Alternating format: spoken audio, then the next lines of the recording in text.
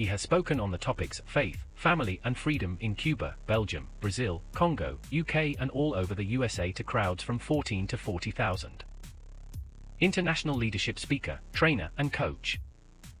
Author of Learn to Raw Leadership, Attitude Hack, Live a More Excellent Life, 5 Battle Strategies of a Victorious Warrior.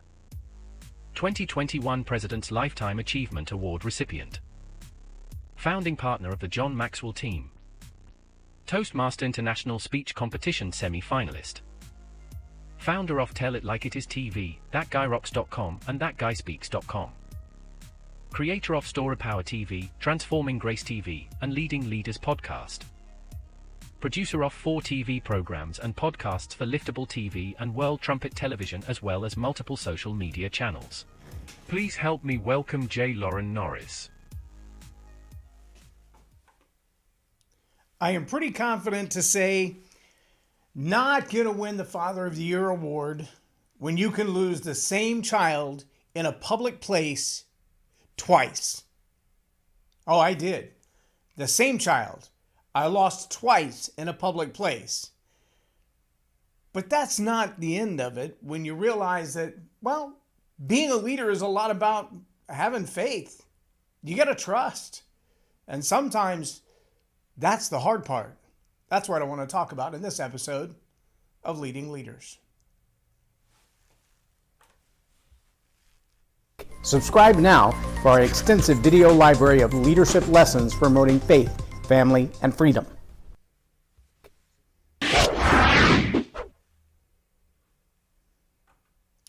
I'm J Loren Norris with Leading Leaders Podcast, and I it's still like lightning in my brain, like a fear that every parent has. It's just gives you the creepy crawlies when you realize that you're in a public place and there's a lot of people around and you don't know where your kid is. I mean, even if it's only for seconds, you realize you're trying to lead and, well, they're not following. We were walking through a very large mall. In fact, it's a circle, the whole mall, and it's a 1 mile walk around that circle with all the shops and all the stores and stores on both sides, some in the inner circle, some in the outer circle, little shops in the aisles, and it was Christmas. And it's an outlet mall, and it's near a major airport and a resort area, and so it was filled to the brim with people, large amounts of people doing their Christmas shopping, little children all over the place. And at the time, mine was about 3. And I had fingers on both sides. I had the 2 boys, Mom had the 2 girls, and we were making our way through the mall. And then all of a sudden I realized the fingers on the left are not there anymore. And I look around and I don't see my own kid. For a minute, there was a little bit of fear and panic that set in, but only not even a minute, maybe 5 seconds, because I looked up and I saw him. And he had stopped to stare at these high-top tennis shoes through the glass at Hot Topics. And he was enraptured, thoroughly convinced he needed those high tops, even though his little feet would have fit in them about a dozen times. He stood there for probably 30 seconds staring at those shoes. I can only imagine the visions going on in his head. And then he stepped back and looked up and realized I wasn't standing right beside him. Now I'm watching the whole thing from less than 10 yards away. And he looks around and he looks up at the adults around him and then he says out loud, "I'm lost." Nobody said a word. Nobody stopped. Then he looked up and he saw the kid at one of the clothing stores nearby. I say kid, he was probably 16, 17 years old. And he ran up to him and my son said to him, "I'm lost." To which the young man replied, "Boop, I'm gone." Nothing to say, not a word. Walked back in the store, hid behind the counter. My son runs to the store, jumps up on the edge of the counter, and looks him right in the eye again and says, "I'm lost." Nothing. No response. Nobody in the store, not the young man he was talking to. Well, he makes his way back out into the aisle and realizes nobody's even paying attention to the fact that he's lost. So he lays down on the floor and he begins to log roll left and right, back and forth, and people are stepping over him with their stroller, and people are scolding him, and people are looking around like, does this kid not have any parents? He's doing all he can to get attention so that someone will realize he's lost and perhaps offer him help, but nothing. Finally, a little old man sitting on the park bench in the mall, I'm guessing waiting on his wife, notices my son log rolling in the middle of the walking aisle. He looks up and he sees me, arms crossed, just watching with kind of a sheepish grin on my face. And he kind of laughs for a moment. And then when my son realizes this guy's watching him, he jumps up and he looks to the old man and he says, I'm lost. And the old man doesn't say a word. He smiles at him and then he points to the left, right to me. And my son sprints through the traffic, the 25 feet or so that it was, and grabs my leg. And then he looks up at me and he's obviously shaken. He says, Dad, I was lost. Now, you may find yourself in a position of leadership where you feel like your leadership right now is, well, it's like herding feral cats. They don't want to be led. They only come around for the food. They're not interested in what it is that you desire. They don't want to go the path that you're walking. They just don't care. They really, really don't care. And as you walk on this journey with them, you realize no matter what I'm trying to do to lead them, they have no intention of following me. So getting their attention is, well, that's hard all on its own. And they find distractions like high-top red flaming tennis shoes to be lured away by. And they don't focus on what your intention is. And as a leader, that's hard enough, even when you know where you're going. When you've laid out a clear vision and they don't want to follow it. When you've given them directions and they're not interested. When you know the way and they're supposed to walk in it and they won't. That's hard to be the leader. It takes trust in them that eventually they'll catch on, and they've got to have trust in you. It takes some faith that your motivations are good. It takes some faith that your intentions are good, that, well, your intuition is good, that you at least have some idea where you're going, and that if they follow you, where they end up will be a place worth being. It's not always the case, though. I can imagine you followed a leader and found yourself just as lost as the leader. There have been times that I've followed people and only to realize they had no idea where they were going to begin with. They wanted everybody to go along with them. They wanted to have that sympathy, if you will, of a whole group of people who are joined in doing exactly the same thing, even though what they were doing wasn't good, wise, smart, productive at all. See, there's one level of faith required even more, and that is for the leader who's blazing a trail. That leader who's going, like Star Trek, where no one has gone before. There's not even a trail there. Maybe you remember the movie Crocodile Dundee, when they first land in Australia and they're looking for a tour guide. And this Aborigine comes out of the bush and they're like, there's your bushman. They're like, what do we need a bushman for? We have all these tools and equipment and we can find our way. And he says, you need a bushman. And then the bushman disappears into the bush and they're like, where did he go? Well, the whole point was he knows where he's going and he knows how to find his way through, even when there's not a trail. Even when there's nothing that would look like this is the right way. There's no appearance of a path, but he's figured one out. He's got a pretty good idea what's next and what's around that corner. And he knows how to read the signs of things like, well, I was sitting at Thanksgiving with some old farmer dudes, older than me, been around farms all their life, raised cattle, pigs, sheep, you name it. They've been around all kinds of livestock. And they were discussing, you ready for this? The smell of a snake pit. The smell of a snake pit. Did you know that you could smell a rattlesnake or a copperhead snake den and that they smell differently? So if you're traipsing through the woods like Bush Guy, leading people into nowhere, and you smell that smell. You know you are way too close to death.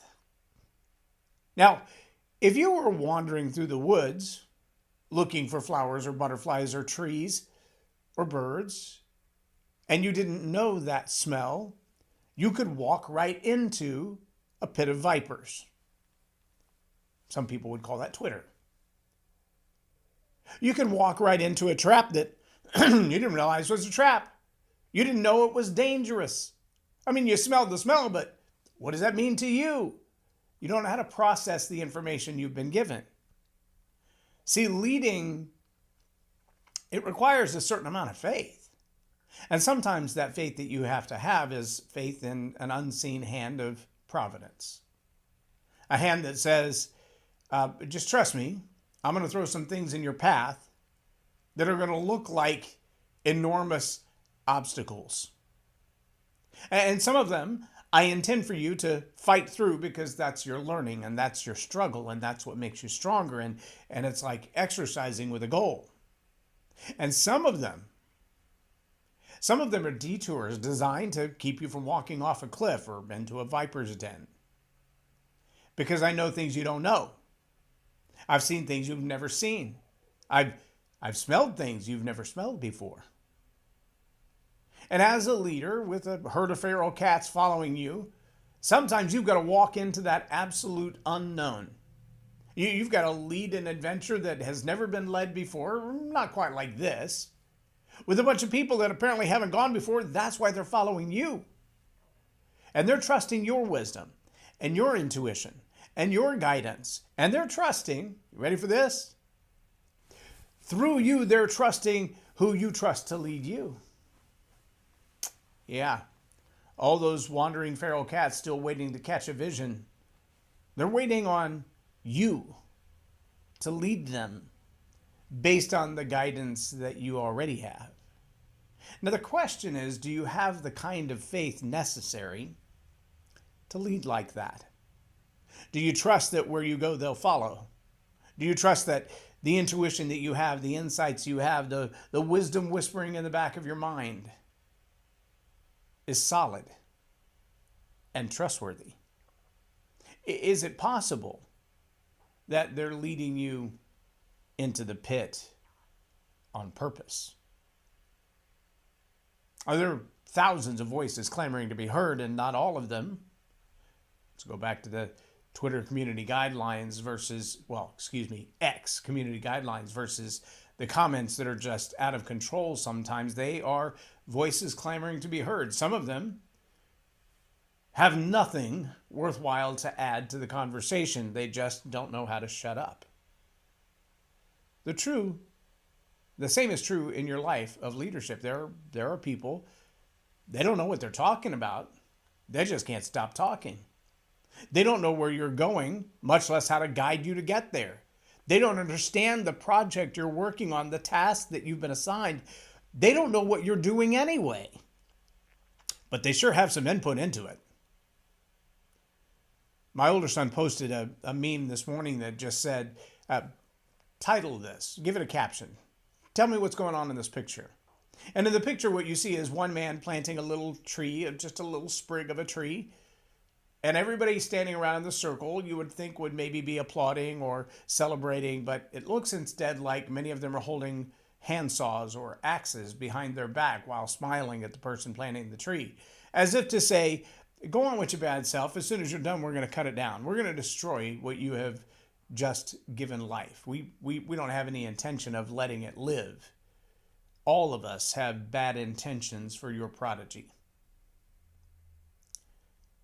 I hate to say that it's true, but the evidence is abundant and profound.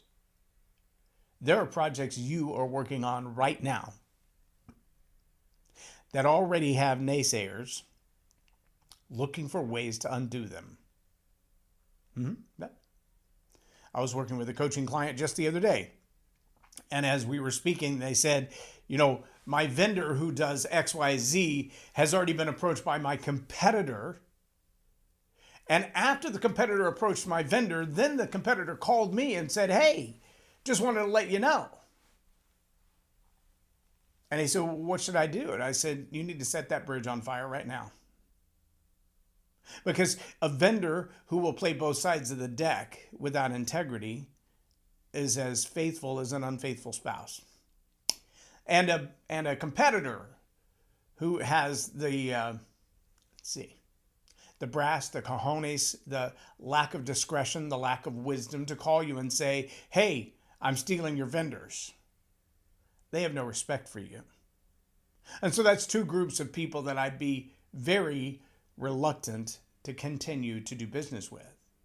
Leading takes faith. And part of that faith is I can trust you to do what you say you're going to do, to have the integrity to deliver on the promises that you've agreed to based on our contractual expectations. I have faith, I have trust that you are going to stay in your own lane, do what you do best, leave my lane alone. Not everybody's willing to do that. And some people, as much as I say this, nobody wants to believe it. There are people who get their kicks, their thrills, out of destroying what other people have built. Serves no other purpose, has no other reason.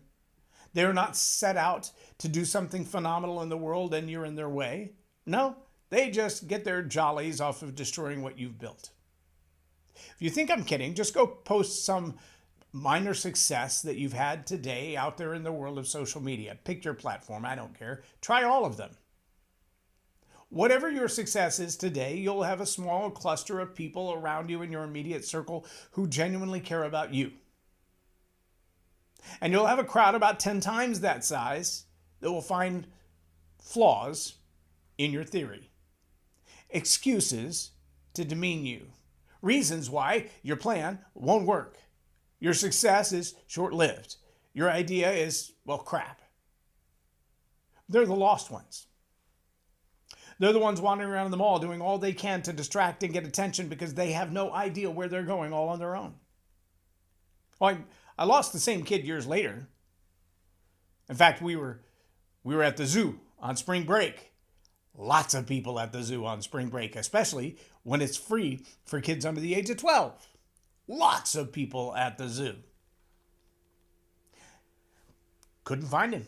The entire family backtracked, all of his siblings wandering through looking for him. His cell phone is dead. We can't call him. We can't find him anywhere. We spent about an hour and a half, and I was like, I've got to go to work. I hope y'all find him and have a seat for him to ride home with you or bring him to work because he's supposed to be with me, but I got to go. I can't wait. So I stopped at the gate on the way out of the zoo, and I said to the man, I've lost my son in the zoo. I don't know where he's at. I'm not exactly sure when he stopped following the rest of the crowd because we were a large crowd that day, about 14. But if he comes up here looking for me by name, I think his phone is dead, so maybe you'll let him use the desk phone to call me and let me know that he's okay. But I got to go to work. And the guy was about to set off all the alarm bells. He's like, what do you mean you're leaving and you're leaving your son in the zoo? I said, well, the rest of the family's here too. I mean, when you call me, I'll call them and let them know that he's at the front gate. And he's like, well, is there any chance that somebody snatched him? And I went, hold on. Maybe you have a misconception. This son that I'm talking about is 5'11", 225 pounds. Nobody carried him away against his will, I promise you. The better learning, though, from that moment was when I discovered where he was and why. See, all of their lives, we've taught our boys to be courteous, to be generous, to be kind, to go out of your way to do good for others. And he found himself inside the penguin exhibit, which happened to be the only building that was air-conditioned in the zoo, besides the gift shop. And so standing inside the penguin exhibit, he had opened the door for a bunch of people who came in with strollers. And of course, you can't stand in the doorway when you do that, so he stood behind the door, not realizing that the door created a corner, literally in the corner of the wall. Once the door is open, you're behind it. Well, now the room is filled with strollers and babies and kids and parents and families, and he was stuck behind that door, unable to push it far enough to get out from behind it, for almost an hour. He did a thing of kindness. He did what he was trained to do. He did what he was supposed to do, what I expected of him. And it cost him an hour of time being lost. He wasn't gone or in danger, in harm's way. He was doing what he was made to do. But it was an inconvenience. And since none of us knew where he was or what he was doing, it was a little discouraging to us. And I'm going to tell you through the course of your leadership, exactly the same is going to happen to you as a leader and to some of those that you lead. You're going to send them on assignments. You're going to give them tasks to do. You're going to build character and expectations and visions and common ground into them. And in the process of so doing, you're going to find that they get off on a tangent. Or the task that you sent them on requires more of them and more of your time and more of your resources than you ever imagined. And so a delay will come. And it will take faith that you have trained them well, that you prepared them for this moment, that you have given them all of the tools and the resources to cope with this assignment and its undulations. And it will take faith on their part that the assignment you gave them was not in vain, that it had a purpose and a reason and a meaning, and that what they're investing in, their time and their talent and their treasure, their attention, into your project, into your assignment, it's going to pay off for them and for you and for the common good. It takes faith. And especially when you're leading in a place where very few have gone before, when you're doing it in a way that nobody has done it before, and there's not a manual, there's not a handbook. Remember, the Wright brothers did not have a pilot's license. No one gave them permission to fly a plane. They weren't waiting on the next approval. It's a good thing to know. I listened to someone just this last week refer to the fact that there are things that are unknowable, even by AI. In fact, he asks, on this particular day, at this particular time, who's going to be sitting in that particular chair? And AI came back and said, that's unknowable. Unless you're the one who puts them in that chair, or after the fact, you could know, but that information is not available. Well, there's a whole lot of leading that looks just like that. That information is not yet knowable. Not until it happens. Once the experience is here, you can know it. Until then, nobody knows what's going to happen. It's on faith that we lead. And so I challenge you as a leader to lead with that kind of faith. Put your trust in the guiding hand of providence to take you where you need to go, to smell out the viper's pits and avert you from the cliffs, sometimes by obstacles and sometimes by teaching and training, and sadly, sometimes that's going to hurt. But also be the kind of leader that the people who follow you can trust. Even when they don't know if you're going to zig or zag, they do know that in the end, what you're doing is for the best. Be the kind of leader that they can have faith in, and be the kind of leader who has faith. I'm J Loren Norris with Leading Leaders Podcast for Tell It Like It Is TV. Have a blessed day.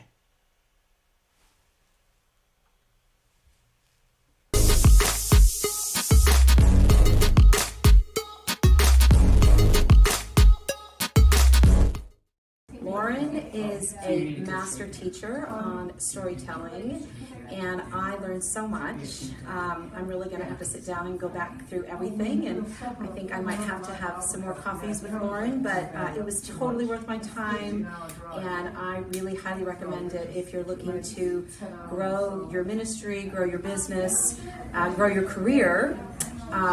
Loren will serve you well.